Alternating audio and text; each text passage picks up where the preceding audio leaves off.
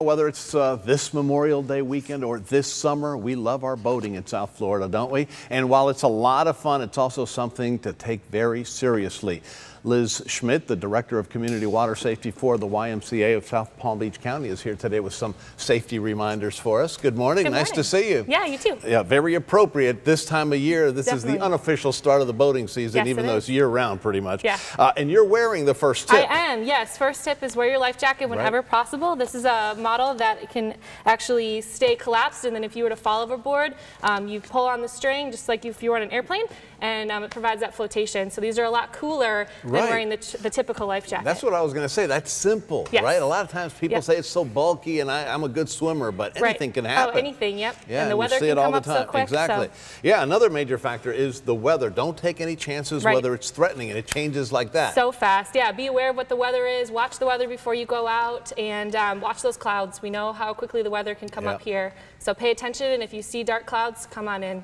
We know how quickly people can get drunk on the water. What happens if the cocktails are flowing? Definitely. What should you do? Sign a sober skipper, and so somebody on board, just as if you were driving, assign somebody who's going to stay sober and be able to get you back safely. Yeah, you can't call Uber out there. No, there's no Uber out there. No. All right. So what about letting somebody know about your boating plans? Definitely. File a float plan. That can be easily as sending a text message to somebody on shore, telling them where you're going and what time you're going to be back. That way, if you're late, somebody knows to notify the authorities. Yeah, it doesn't have to be anything complicated. You're right. Something as simple as texting somebody. Yep. Should we do a vessel safety check every time? Definitely. You can do a safety check yourself, but the U.S. Coast Guard Auxiliary and the U.S. Power Squadron also offers free boating safety checks, and they'll go through your boat with you, and they'll let you know if there's any things that you should purchase or buy. One of the things you should purchase is this. This is a personal location device, or a PLB. They're also called EPIRBs.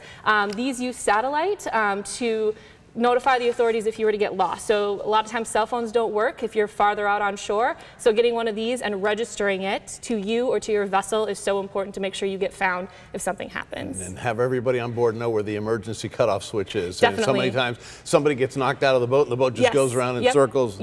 If a boater does get into trouble on the water, what should they do? Yeah, definitely. What they need to do is they first need to stop what they're doing, make sure everybody puts on their life jackets if they don't already have their life jackets on, use their marine radio to contact the authorities on channel 16. They can contact the U.S. Coast Guard, or they can contact the Marine Patrol, and then wait for authorities to come and help them and for further instructions. Not everybody's born an expert out there on the waters as a boater. If you want to take a safety course, how do you do that? Yeah, there's lots of really great options for free boating safety courses. Florida Fish and Wildlife offers courses, as well as Boat US. So if you just go online, you can find a lot of really great free online courses, as well as in the classroom. You know what? Free is always good. Exactly. Great advice, Liz, as always. Thank you so much. Be safe out there. Thank you. Yeah, you too.